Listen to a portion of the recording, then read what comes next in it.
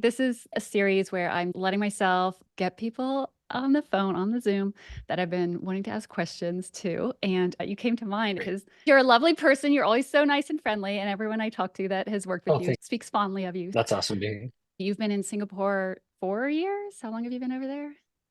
Five. Five? In fact, I think my wife and I were doing last night, and she was like, I think right now we were heading to the airport 5 years ago. So we were like looking up on the Google Photos history. So I think at this very moment, I would have been like somewhere over the Pacific Ocean. Oh my gosh. Five Wow. years to the day. Okay. Yeah. I hope I don't ask too many yokel questions because I've never even been to Asia. So I'll be like vicariously traveling through you. But being in design is always a lesson in disruptive tech. But right now, I think it's way more disruptive than anyone is really used to. And so I'm curious how other people are dealing with those things, how you're adapting to this present moment, how you're thinking about the future. I'm just recording it, going to do some very basic editing and then ship it. So if you're listening Great. later, forgive any choppiness. That's just me doing really fast editing. So anyway, for context, people probably know you, but your design story is really interesting too, where you've been consistently working at marketplaces throughout your career. Is that fair to say? Yeah. Yeah. Almost always Yeah. since maybe 2006 or so. Yeah. Yeah. So it's like Etsy, Artsy, Grab, Kraken, and then Morning Yep. recently, and doing a variety of types. So crafts and fine art and consumer goods and crypto and then the super apps. So I'm very curious about the perspectives on all of those. And also you've led big creative teams, which is very different to my world of consulting. So I guess my major reason that spurred me was just to hear how your time in Singapore has changed your perspective on design. Like if you were picturing yourself on that plane 5 years ago and how you Mm. might approach things. Do you think it's changed? If so, how? Oh, yeah. I'm sure it has. Well, yeah, I guess I'll dig into that. I think one thing that maybe over our lots of these topics or themes, meaning like what's my experience been like coming to Singapore, or how's my perspective on marketplaces changed, or where's design at, is this thing I've been thinking about, I would say recently, the last 2 or 3 years, which is when lots of things are happening at once, it can be very difficult to discern which of those influences in a way are creating the experience you're having. I mean, some combination of them. I'll give a concrete example in a second. And I think a similar thing happened when I moved to Singapore. And maybe here's where I could make it concrete. I would recognize something in, let's say, 2020. I was a year in being in Singapore. And then I would kind of look back on it and say, like, was that because that's what's happening in Singapore? Is it reflective of a larger trend? Is this kind of like Asia culture thing? Meaning like where Asia culture maybe meets tech, or whatever I was working in. Is it actually it's just kind of happening in the tech industry in 2020? But I don't know because I'm only in Singapore right now. So I can tell you the Yeah. internet vibe and the Singapore vibe, but I can't tell you a sense of what's happening in Europe, North America. So I'm like, is this a Yeah. global trend or is it a local trend? Can't tell the Yeah. difference. Is it Yeah. inside this company, the only one I know in Asia at the moment, because it's the only one I've worked in, or is it Right. common to everyone? And then also like, is it just my perspective shifting? Which Yeah. one of these things is it? Would be Yeah. really remarkable. I would notice a trend happening in a very concrete way in like coffee shops in Singapore.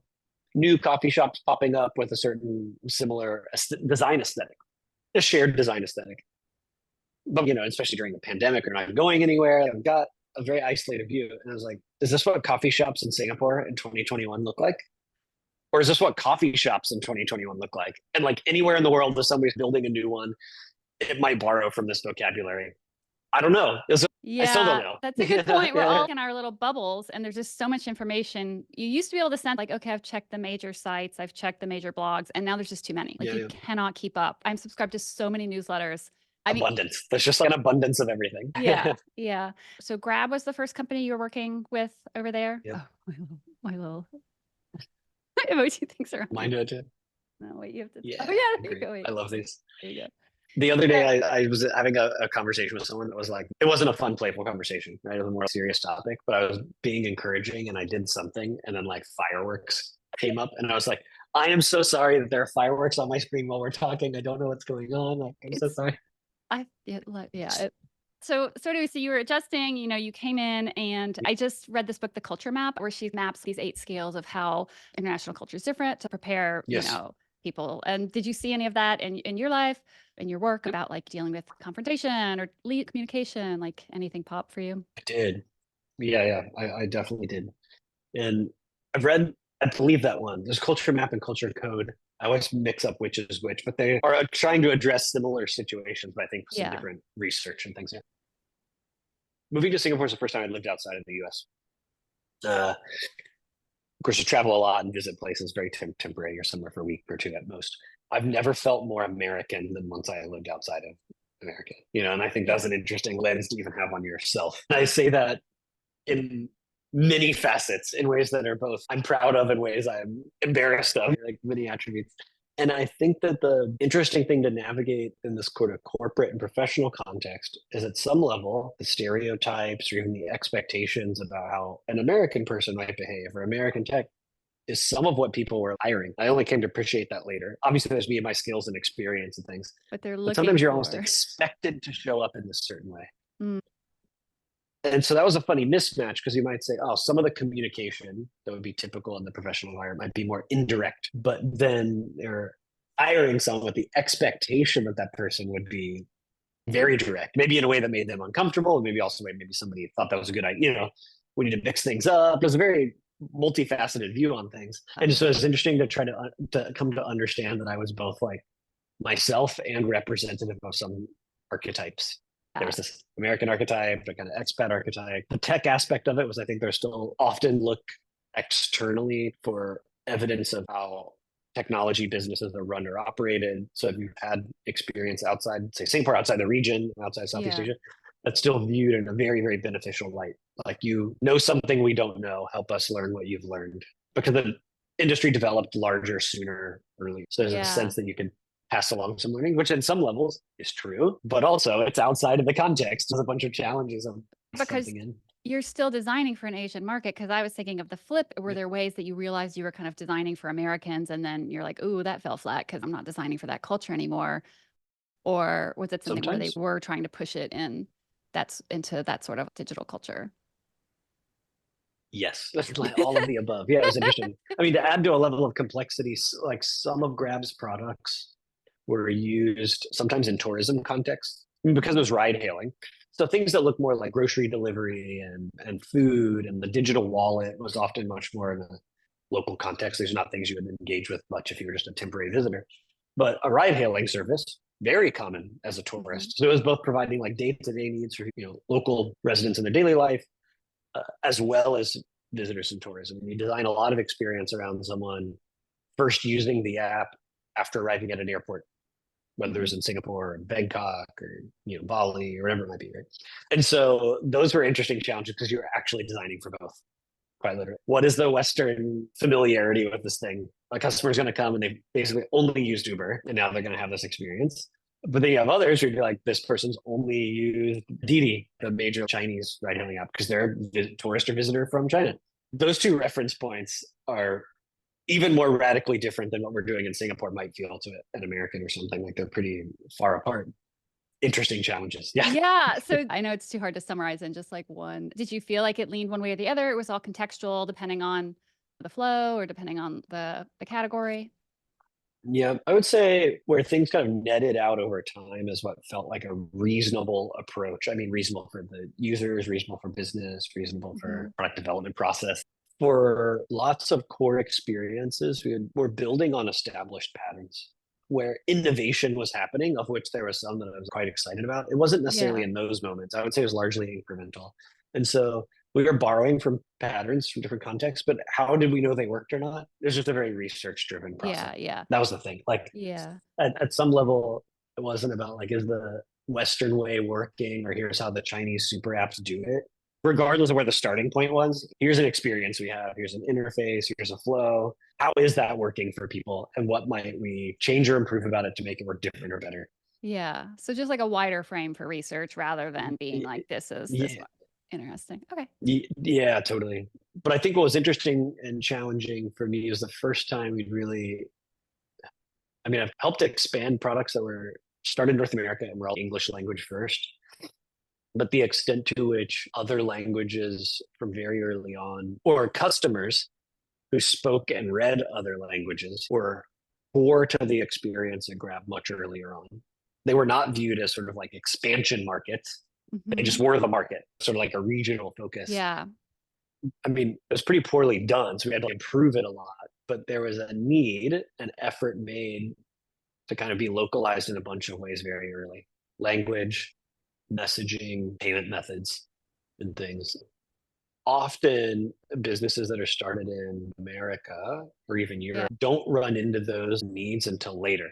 And so the Yeah. product is often more mature, the business is more mature, there's other operation. You hit that problem at a different stage of your growth because you're trying to expand. Right. And so it's interesting to deal with them in less mature way. You've got team operations that are less mature, and yet they're facing that particular complex problem, Yeah. where even the third party tools you might go to or the documentation is all coming from a place of organization to often tackle that problem years later or like another order of magnitude Yeah. later. Yeah, it Yeah. makes me think of localization, yeah, it's not often a later layer, but you're saying that it's there even in MVPs, you're having to think, there's 100%. a Yeah. way And we earlier. might even launch some products or services only in certain markets. Uh, so maybe to make a concrete example, like Singapore, very developed, I mean, small in population size, maybe roughly as many people as Manhattan or something, extremely developed place, very advanced economy, grown Yeah, very quickly, infrastructure is incredible. But most of the other countries in the region are somewhere along a development path. You might got think it. of them as like even second or third world, depending on where in the country the customers are you're serving. And so, one, there's different needs. So you might launch a product or service only in those markets, or you have a general sense of a product or service. Let's say it's rides on the back of motorbikes. The safety and navigation needs in a third tier city in Vietnam is very different than the safety or navigation needs in Singapore, where Right. you Yeah. basically just get real time data from the government database, blah, blah, blah, blah, and you're like good to go, you know. Yeah, so designing for Also, it's much in more diversity. totally. And then in that market, there's no need or motivation for the thing to be anything other than Vietnamese. Every customer support person will all be experienced using in Vietnamese. Maybe we would also have English language version because that was kind of like the first language of the company. Hmm. But then in Singapore, you might develop something and do it in like four languages from the get go. So it's just So many layers. variability. And yeah, to the point about innovation, were there pieces where you felt like, oh, this is patterns we don't really use in the US? Or is there things like with AI and all these new models, are you seeing the hype cycle be as fervent over there? If you have any context for comparison. Oh, yeah, yeah, sure. Well, I'll treat those as two separate things. Maybe I'll Okay. save the hype cycle and AI for separate. But the first of different patterns, yes, I think what was interesting is there was more influence from some, I would say, UX conventions and information presentation. It's just more Asian by nature. Part of it is because of the language. So even if someone who's using something English language here, if it's been inspired by more of a lineage of like Chinese tech, I would say. So this might be Meituan, which is the big multi-service super app Mhm. kind of thing out of China, Didi, which is the major ride hailing in China, Alibaba, any of the kind of Ant universe or WeChat universe kind of products and stuff that were Chinese language first and mostly in mainland China and then expanded beyond. Even some of the other like ByteDance products, regardless of other cultural aspects, which are very different as well, language and information density is just different because the languages are different. The geometry of characters and the space they take up and how much meaning is packed into an amount of space with symbolic language. Oh, good. The history of information density. It's crazy. And so stuff that you or I would be like, there's just too much here. Too many characters. We Yeah. would be like too many words with a surface read. If you start to change that, you're like, well, where'd all the information go?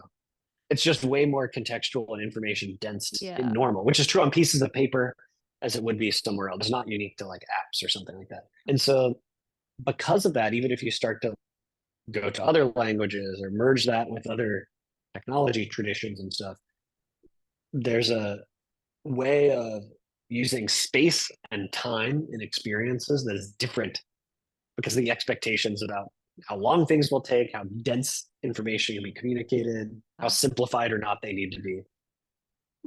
Fascinating. Yeah. It Yeah, makes yeah, me think of yeah. how I read that architects for elevators in China, they are like, okay, you can have 20 people in that elevator. In America, it's like 12 because the idea of personal space is much tighter in China. So it makes me think of informational space as well. I've Totally. seen some of the marketplace websites where it's like a jigsaw puzzle of Yes, information. yes. So, I'll give you an interesting, concrete example sort of beyond this, which I found totally fascinating. If we rewind, when I was at Etsy, on multiple occasions, we were sort of actively addressing the Japanese market, mhm. translating into Japanese, doing localized payments and things like that. And the very first time we did it, gosh, might have been 2011 or 12 or something. We hired some consultants who had helped with this kind of work, small scale consultants, but who had helped Yeah. Western companies enter Japan a few times over, and we give Yeah. advice. And they gave a lot of advice around some similar kinds of themes. It was like, look at all these Japanese e-commerce experiences. Here's what people are comfortable with and familiar with. You should make Etsy more like that. That was hard to do, but we did some of those things because you're changing a system in a way. And I think for a number of reasons, that particular wave of effort had moderate success. I mean, honestly, it probably just was growing organically, and we could have done nothing and it probably would have grown about the same. So not it didn't particularly work out well. Some years passed, and we kind of made another wave of intentional effort. An interesting thing happened where one, we had more relationships on the ground. I think we understood the customer better and stuff. But we came to a different conclusion, which was that for the kinds of customers we were going after, mostly a younger customer in Japan, they were starting to have different expectations about these web experiences in e-commerce because they had been exposed a lot more and were shopping a lot more on global shopping sites, Hmm. American sites, European sites and stuff that had different conventions. They were becoming more comfortable with it. And in some cases, even some upstart thing in Japan might start to feel more like this Western thing created Yeah. in Japan. Yeah. And so the terms Yeah. of it were kind of changing. And so we found that we didn't need to change nearly as much, but it was connecting with people right away. And that was maybe over 5 years later or something. Yeah. Yeah. So do you feel like you end up just making sure to have enough local designers, or is it something you feel like you're able, after a certain number of years, to kind of see it as just another set of design patterns? Yeah, I think so. Like local designers, research, writing. I mean, I think Yeah. people who have experience in the culture is probably the fastest shortcut to that. The risk that comes with it, though, is of course, one person who has experience in the culture, a few people, doesn't necessarily make them representative of the whole culture either. The same way you were right. Yeah. Would Yeah. you just ask a designer how to Yeah. do it, Yeah. and then they give you an answer? You'd be like, that must be how everyone does it. Yeah. Yeah. So that's where I think the research is really helpful too, because it just grounds the assumptions and what actually lays out for the people who we want to Yeah. use it. you know? It's like my Yeah. favorite part of design now. It's just like it's like where this podcast came from. I really like just asking people all the questions I feel like asking them. So then on the more personal level, how is your process maybe changing again, either at the leadership and collaboration level or personal design or art practice, like as you think about how the tech is changing? I've heard designers say they're kind of rethinking their whole process because it's just a different landscape now. So I don't know if that sparks anything for you. Yeah. One, I think there's time for myself anyway at a personal level. Like you evolve and grow and your relationship to the work changes. For me, I don't think I successfully did this, but I think I was trying to do this for maybe a decade or something, which was to try to be more of like a vehicle, like remove myself from the process, kind of design in this neutral way. Of course, we get engaged with brand and things like that. And it's not so tooly, of course, it Yeah. could be more expressive. But I think I really tried to do that. Again, probably not successfully. Can't really remove yourself from it. But that was the general mindset. Like design is this practice and discipline. It was very analytical and we would try to root things in truth. Of course, we'd embed them with our creativity from a problem solving standpoint or inspiration, but it was maybe more like architecture or something, right? How we're Right. approaching software. And even like brand strategy was like, that's the brand architect. It was very rationalized and organized, which I mean, makes me very happy. Like I'm comfortable thinking about things that way. Add order to chaos. But I think that now at a personal level, I'm interested in finding ways to show up professionally that are more intentionally, or I put more of my full self into them. Meaning, there's that aspect of myself that Interesting. has been successful professionally in things and that's worked and applied. There's some other stuff that's much more expressive. Well, I was going to say poetic. That's weird to apply to yourself. Maybe it's more playful. There's more active, ongoing lateral thinking. Things might come at different scales and sizes and moments, and trying to find processes and environments, ways of working that allow you to behave that way and capture the good parts about it that you might need to apply into a business context or a practical context, but also let Yeah. some more of that exist that feels more alive to me personally, but I Yeah. think has a role in kind of instigating or provoking a more team-based creative practice to be maybe more exciting, which can make it more durable. You can have a longer sustained relationship with the thing because it feels full of life and is not so boring. I Yeah. think professionalized design in product in tech has arrived at a place where it's got pretty boring.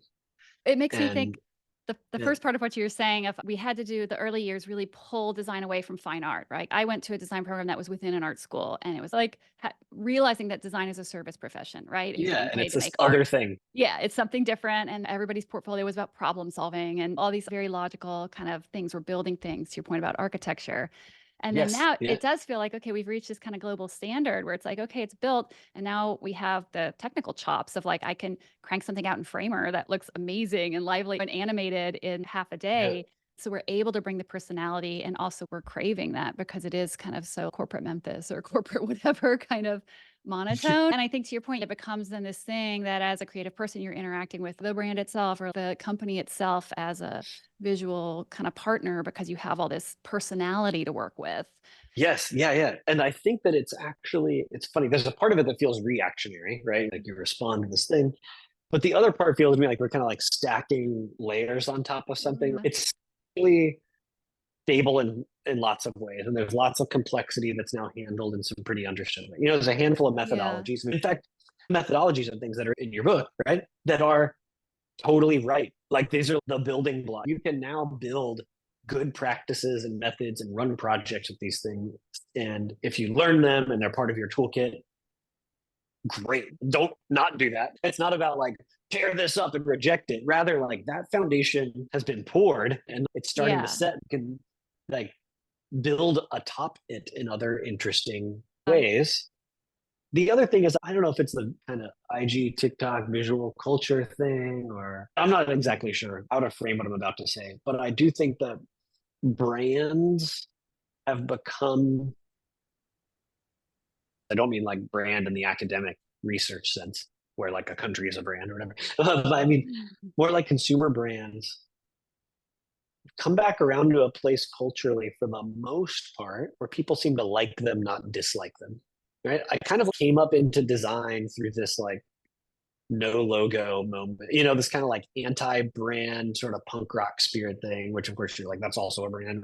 But while a lot of the sensibilities of those things are true, or their intentions of like, don't be fooled by what the corporation wants you to think, there's elements of manipulation in the symbolism and meaning. You realize you're just paying for a logo. This clothing is made in the same factory. That's important critical thinking that's everyone should have, be aware of how the world works. I think we're in a moment where a lot of brands, or many brands that we might like, we actually like having them in our lives. They're producing interesting content. They're satisfying some of what, I don't know, It's we like the thought brand brands might be able to. promise really is a Yeah. promise. You're making me think that it's also like in the early years, it was like, oh, are you just this mindless consumer, like just looking at the surface? But now we have enough understanding of the way business works that we're like, no, they treat their workers fairly. Or like, I like their creative director. We have more understanding of the company itself. So we are kind of voting for that company and the way that it Totally. works, Yes. not Yeah. just the logo and the surface of the brand. Um, Exactly. And so that's where I think there's room. Maybe I'm desiring it from other people. The same thing I'm hoping to put out in the world, I'm responding to where I feel like I sense it in other things where brands are showing up with more personality. It's funny, it's not just about like, oh, the app has more personality in its execution, although that could often be true. yeah. There might be some that are perfectly boring, but accomplish what they need to accomplish. And yet the spirit of that business is beyond generic somehow. It's got a vibe, the founders have a point of view, or its voice plays a role culturally. Yeah. I'm liking it, and I feel like I Yeah. want to create environments in which I can show up that way, other people can show up that way. It makes me think of teamwork, that the crazy attempt to get all these different designers to work together. When you have a brand that everybody can engage with, it becomes like, okay, that's the role in the movie. The same way an actor puts on a personality, we can all say, I'm going to come to work and play this today. And it lets us Yep. have that fun with it. Yes. Yeah, totally. I think an interesting metaphor for me is like, I like Shopify as a business. I think they're a good business. And obviously, important infrastructure and e-commerce online and small business and things. And this is not a knock on Shopify whatsoever, but I'm just not that interested in their brand at all. Do you know what I Yeah. mean? Like, Yeah. Yeah. It and is. nor do I need to be. Like, Yeah. that's fine. The product is great, and of course, brand reputation. I'm sure that's important. But I just mean I don't need to hear stories from them or anything, but I'm very interested to hear the stories and learn about the brands of customers building their businesses on Shopify, of all of those brands. Yeah, Yeah. you're like, yes, hungry for it. Tell me about all these little shops that are starting. Right? It's yeah, they're kind of a support brand. It makes me think of when Squarespace first came out and they were all black and white. And it was very much like, we let our customers shine. Like our brand is just super cool and minimal. You all are the colorful Yeah, ones, you know? And it's that sort of kind of yeah, same yeah. supportive role. I just started my own Shopify store. I didn't think Great. it would be this Hey, much, awesome. I didn't think it would be this much fun because it is, yeah, the whole another way to communicate with people. But That's yeah, great.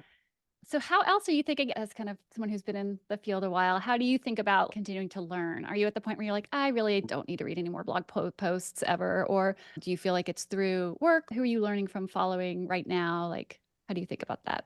Okay, so interesting. I like this because when I think about the things that I want to spend my time on, I guess I mean professionally, maybe it's just in general. One of my happy places is when I feel like I'm learning, and I don't think that's very unique to me. It's just that I've come to very much understand. And if I don't feel like I'm learning, it becomes quite unsatisfying quite quickly at a personal level. Now, what I found was that earlier in my career, I could instigate the learning in a way by inviting more responsibility or something. I'd say, oh, we Okay, should get also do hired. this. And you'd like spin up, like, I think we should have this function at this company. Here's how we could do it. Here's maybe a proposal to how we would fund it. We can do a little bit, we'll get a little In bit my more. consulting world, that's like getting hired to do things you don't know how to do yet because you have to Yeah, research it it's all awesome. anyway. So, Yeah. So I loved that. But then I felt like I've kind of done that format several times. Nothing wrong with it. hmm. But I think for me, the learning now, I don't know. There's plenty to learn always in every situation, but I'm less excited to learn about how to deal with a new novel HR problem I haven't experienced, which is fine. If I'm in Hmm. another executive role in my future, you will Hmm. deal with those things, and that's part of the Hmm. job. But there was a moment, if I rewind a decade or so, where I was like sitting on the edge of my seat, ready for the next one of those learning moments. Like, Yeah. how do you show up as a manager? How do you show up as an executive? How do you show Yeah. up as a business owner? And I wanted all of those. Now I feel like the learning that keeps me excited is much more topical. And I found this a decent amount when I was working in crypto. We don't have to go down the rabbit hole there. Plenty of people talk about that. But I mean, there are many aspects of that from a conceptual level, an infrastructure level, software level, cultural level, where a lot of new things were happening quickly. Hmm. Uh, and things were building on top of each other quickly. And so to understand what was going on, you had to really like learn about some of the fundamentals and other stuff happening. And that was so interesting to me to learn. And that was unique to that domain. And I think we see similar things happening, of course, lots there happening in conceptual infrastructure, Yeah. implementation, application happening right now. But it's more topical. And I think that how I'll spend my time next probably has to do a lot with the topic pulls at Yeah. me or not. Too. So probably something different than coffee, but TBD. You have the skills in, we talked about marketplaces a little bit and brand, but then taking them to a different industry is a great way to keep yourself learning, but still be utilizing all the I knowledge. also find I'm just reading. I like to read a lot. I love long form content in general, and I don't know if it's because I'm like trying to Like balance all the micro content we get or what it is, but like New or Yorker it's long, just or what are we talking about? What's long form to you? well, yes, yeah. So I do love a good long form article. When I'm surprised when you read a headline and then you find, oh, I just lost an hour to this. A good Vanity Fair long celebrity profile, a good long one, great New Yorker for sure. So there's moments where I'm like, I really like that, but I also just love reading books. I'm constantly reading books, and I find that sometimes I'm going deep in a subject area, read Yeah. a few related books topic, but the others just more different stuff. Like Yeah. here's just some topic I know nothing about. Yeah. So are you Yeah, still reading design books? I've always felt like more of an anthropologist where I want to read books about just humanity and history and just understanding yeah. people more than I want to read something to like how to. No, I agree with that statement. I think not so much how to, yeah, more the anthropology. I mean, it's funny. I glance at my desk and I have two books sitting here that I'm reading through. This one is much more of like a creative Oh, provocation kind of thing. yeah. Just enough design. It's Takusato. He's like a Okay. famous Japanese Yeah. designer. Yeah, it's more like little bits. You can jump in and out of this book. If you sat down to read it, you could probably read it in an hour, you know. Yeah. And then this I thought was a great. This is a funny visual communication thing. Maybe I bought this book because I felt like the cover was speaking to me. Hold it up People again. who Research for people who. think they would rather create. And I Oh, was like, what an interesting topic. Like, well, great. Is that the indie bookstore I like? yeah. We'll support them. I'm really enjoying it. But it's actually not at all about what I thought it was about. It's much more academic and almost in a fine art academic context in a funny way. Interesting. They're applying it to design. It's just very particular. It's much more like building a research document as a methodology in a Oh, practice. Uh, it's very, very specific. So does not interesting to reflect me. that. Yeah. The cover looks very much like for designers. So I think, Exactly. I really thought it was going to be like the book you give to the person on your team yeah. who underutilizes their like research partner on a day-to-day basis Yeah. I thought it was and like be like, just enough read this, research. Erica Hall's book, like another book Yeah, apart yeah, book. No, no, it's not. no, quite That's different. So funny. it's fun, but I like that surprise that it sort of skewed my thinking. When you work with real user researchers who have like PhDs and you realize that whole world of academic research and the level that it is. So even when we're, Yeah, yeah, trying to get people to do more research internally, and then we realize how shallow it still really is in terms of how far we could go into it. 100%. Yes, yes. I feel like this was a really helpful learning for me. Actually, working with a couple of serious PhD researchers on our Yeah. teams, and then understanding how they had adapted their knowledge or learned how to apply it in the professional context, where I realized Yeah. how much they were kind of filtering it out. It's a tool in this context. We're helping move decisions or helping something be better than it might have been. We're also Yeah. like not simultaneously kidding ourselves that it's somehow like pure, like in an academic sense, you know. Yeah. I have two more questions I want to make sure I get to. One of them is I know you've lectured with students, you lecture at SVA still, and students are always kind of overwhelmed with how many skills there are out there and how many technologies and things they feel like they have to learn. And right now, I think even professionals are kind of feeling that crunch. There's more and more stuff out there trying to decide if you're going to change your practice or not. So, keeping both of those in mind, if you're thinking about talking to students right now or to junior designers on your team, what would you be telling them to focus on? What skills would you be telling them to learn at this moment? Oh, it's so interesting. I think that there's these meta skills that aren't really design skills. Learning how to learn, adaptability, understanding your own learning style at a personal level and what works for you is much more durable than saying, oh, you should learn this particular technology or this particular tech or this particular tool or something. I love that. I did a talk with Jody Leo, and we researched kind of a Right. triangle of talking to students and then talking to educators and talking to hiring managers. And the students were all like, "Oh my Oh, God, cool. I need to learn like Figma. I need to learn JavaScript." They had this laundry list of hard Yeah, yeah, yeah. skills. The educators are all like conceptual skills. You need to learn how to rip the brief or take things apart or explore multiple Yeah, options. And the hiring managers are all like, "Well, no, they need to be able to take feedback. They need to be able to listen." yeah, totally. Yeah, yeah. A total triangle of everybody wanting something different, but you realize that people skills, I've heard movement not to call them soft skills anymore. They call them foundational skills or core skills. So yeah, Yeah. 100% on that. I mean, it's funny. I mean, it's like a cop out. I think that's the right answer. I give it like that's the authentic answer. I think there are areas that we get in this funny like, should I be a specialist or should I be a generalist? Or what's the? Yeah. And I understand the reasons why those questions exist, but they feel to me personally just way too market optimized. They're kind of like, who should I be for my near term employment prospects and Yeah. predict the future of the trajectory of my career? If I make this move now, that's the thing that's going to set everything off and everything will be fine and I'll be like financially stable and happy with where I live and everything's great. Or if I chose the wrong path, oh no, off to the doldrums, we're going to be replaced by the robots. I did the wrong Yeah. thing. And one, I don't think it's so binary. But two, it just feels like the wrong, it's hard to say to somebody, your anxieties are the wrong anxieties. If a person were interested in a particular deep topic, there are probably some technology things they should definitely learn. But I wouldn't say to a room of students, you should all learn this. Those are two different things. Yeah. Do you try and product design your own career, trying to be strategic and look for the opportunities and just take the next step forward? And I think creative practices help you adapt. My career has been very much spotting the next interesting opportunity where I want to Mm-hmm. learn, what I feel like I want to fill out in my life at that point. But again, I'm a consultant, it's very different. Do you feel like you've Mm-hmm. made kind of intentional career shifts, or it's been more like, I just ran into this guy at a conference and it all worked out? Yeah, funny. It, So in hindsight, one, this whole kind of marketplaces theme was not intentional. It becomes more clear in hindsight. Once I understood it after doing a few, I was like, oh, then that becomes part of the story I can choose to tell, right? Hmm. If I'm talking to someone who is involved in marketplaces, then I would certainly choose to tell that because it's clear I have expertise or experience in that area. Yeah. Other times I'll avoid that or just not describe things that way at all because Yeah.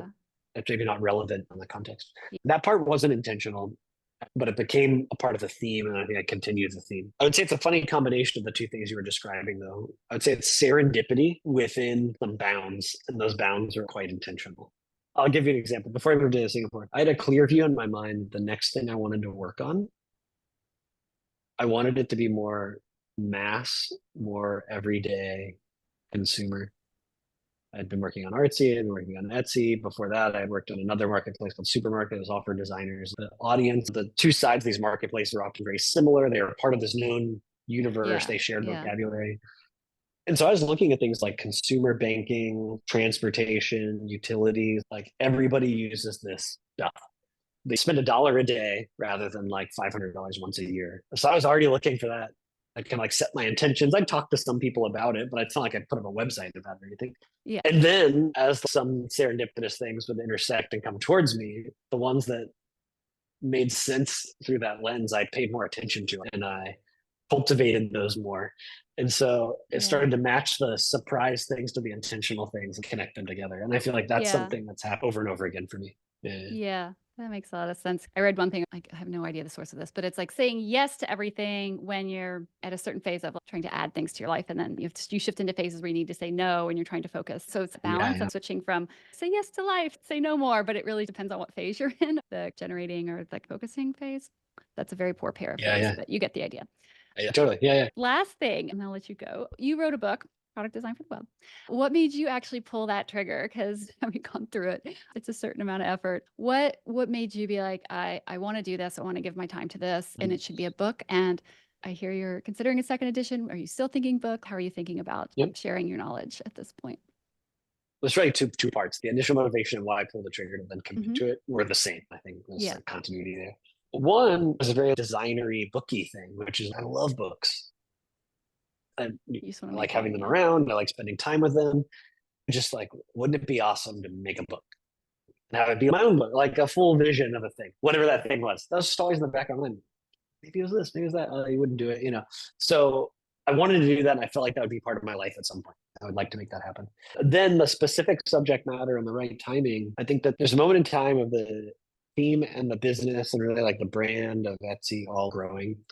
It was definitely one of the points where I felt really locked in my career. In hindsight, I say career, just like locked in what I was doing Hmm. professionally. Right? The momentum was right. There was a clear view. People were aligning to buy-in. It was all feeling right. And I'd authored some things to both instigate that or help make that happen, but then also capture it and reflect it back to the team. You know, here's some principles. Here's some ways we do things. I see. Here's some ways Yeah. we should think about stuff that I'd been using internally. I'd written them for the purpose of like, we're going to kick off this project. This feels like it could go sideways, but if I can articulate these few things, I think I can kick this off better. And I'd articulate them, and then you I go in see. next week to the meeting and be like, "Hey, everybody, let's like, you know." And I was accumulating some of this material that I was using in very pointed ways. They were kind of born out of that process and that culture and the work we were doing at the time. And I started to compile it together kind of internally, but at the same time, also we had a decent reputation outside the team, like within the tech community and New York tech scene, design, whatever. And people would come and ask, like, how are you doing what you're doing? And I'd say, what are you doing? What's happening? It's like, how do you do this? And I found myself repeating those stories and examples over and over again. And I was like, oh, I should put some effort into putting this all together in one coherent point of view and putting it out as a thing. I'm not married with the other idea. I was like, oh, that thing should just be this book I've been wanting to do. Yeah, I love that it Yeah. emerged from actual working practice, actual needs. I was in Rob Fitz's Write Useful Books group, and it's all about for nonfiction, make sure people need it. Like you were actually serving use cases throughout the industry Yes. and the profession. So Yeah. Yeah. Yeah.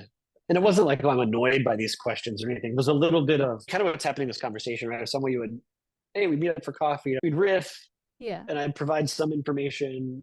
But then in hindsight, I'd be like, oh, I forgot to tell them about this other thing. And yeah, it was like, oh, yeah, if I just had it all together in a form, I yeah, could be like, here's all the thoughts. I might not yeah, remember all of them right now, but they're all here. yeah, yeah. That's Uh, great. Part two, are you thinking about It's been interesting. So the book is like a decade old. It came out 10 years ago, Yeah. which is interesting because now I look at it and it's like a monument to something in the past, or you could view it that Yeah. way. Time capsule kind What's of. yeah. It's funny. At the time, I was trying to author it in a way, some of the themes, the languages. I was trying to have as few examples as possible so that it was durable. But even when I'm not giving an example, I'm saying like da da da at Twitter, some small thing. It's not like I've got a bunch of Yeah. screenshots or anything. But then I'm like, well, right now, no one wants to hear about Twitter for a bunch of reasons, whether or not there's an interesting learning in the product experience or Yeah. not, right? Too soon. But then there's some other ones where just like straight up, this product doesn't even exist anymore that I mentioned. But it Yeah. felt like a great example of the thing I was saying at the time. So Yeah. that's really funny. Every attempt to make it last longer than I thought it could kind of failed. Still is Yeah. a product Yeah. of its time. So as a part of updating it, in my view, what we've been trying to do is strip it of those things even more. Like, is it possible to communicate those things without attaching it to external products and stuff? Which is difficult because examples help communicate things. Um, Yeah. so there's that effort. The other, though, is the industry and the space has changed a lot. And my relationship to some of those topics has gotten different because we're talking about research and things, a more open-minded, flexible view on a number of things. I'm Hmm. trying to embed that in the second edition without totally changing it into a different book. But the other is, to me, I feel it is like a non-commercial activity now. I mean, I will probably sell Yeah. copies of them. I got the rights back from my publisher from the Oh, last that's book, so like great. I kind of Yeah. yeah, That's cool. got this back. So I can do it however I want. But I think we'll sell them because selling is nice and people like to like vote with their dollar. We'll probably also like give it away at the same time. So sell through channels where repayment is required and normal. There'll be a Kindle ebook, this kind of stuff. But also just like here you can download the PDF. Here's the Mobi, no DRM. Yeah. Maybe give me your email address if you want it, kind of stuff. It's more interesting that people have it. It's not a moneymaker, but it's nice there's a commercial component because I also like business. I like thinking about that stuff. It's fun to think about how you might Yeah. market it and drive sales, but not for the. I'm not trying to make a Yeah, and living it off of like I always want my work to pay for itself, trying to at least not make everything like, "Oh, I'm just not gonna think about it and everything's free." But I mean, I don't know, there's also working with Creative Mornings right now and the spirit of generosity there, just doing so much for free. It's like, Oh, "Oh, yes. right." It just is a totally It different comes back relationship to the around. world. Yeah, when you have a community Yeah, focus yeah, rather than a transactional focus. yeah, totally. Like Reminder. I would blame no one today if they were like, I've got a 10 lesson course on getting up to speed on AI stuff or something. You're like, this is topical's moment. There's value I there. People pay for it. This book uh-oh. is different. Yeah. Yeah, yeah. This has like flown by. I was trying to just take 30 minutes, but I think we're a little longer. Yeah. But it's great to catch up with you. And so, where are you hanging out these days online? Where can people Uh, find you? I love your website. mm. Oh, thanks. I Fun. love my website too. It's funny. I have like the happiest relationship my website I've ever had since I've That's done this like great. this latest version. That's like to There's that report to your perpetual thing. I think a therapist. lot Yeah, of us, yeah, like a it's lot of us would relate to it. You're like, oh, I hate it the second I make it. I feel like I need to make it again. Blah blah blah. It's always that a day. I'm so happy with my website and how my relationship to it. So yeah, I'm there. Also, I'm the same handle on everything. I'm just Andy J Hunt anywhere. Spend more time on Threads. I think Threads is scratching a certain itch, which is fun. Although when I say more time, I mean I've shifted some of that attention from Twitter there. Although any one social network, I feel like I'm only spending a fraction of the time I probably used to. I'm not quite sure what that is, meaning is that just a personal thing? Is it actually like an age thing? Am I just more yeah. focused? I don't know. I'd say Threads is maybe best recently. Okay. If you know me, send me an email. That's Yeah. I'm in a funny way. I'm very happy Yeah. just communicating with email. Yeah. Okay, cool. I'm excited to see your next steps. Yeah, thank you. Yeah, Likewise. This is really fun. good. Um, Okay. designing 4D, y'all.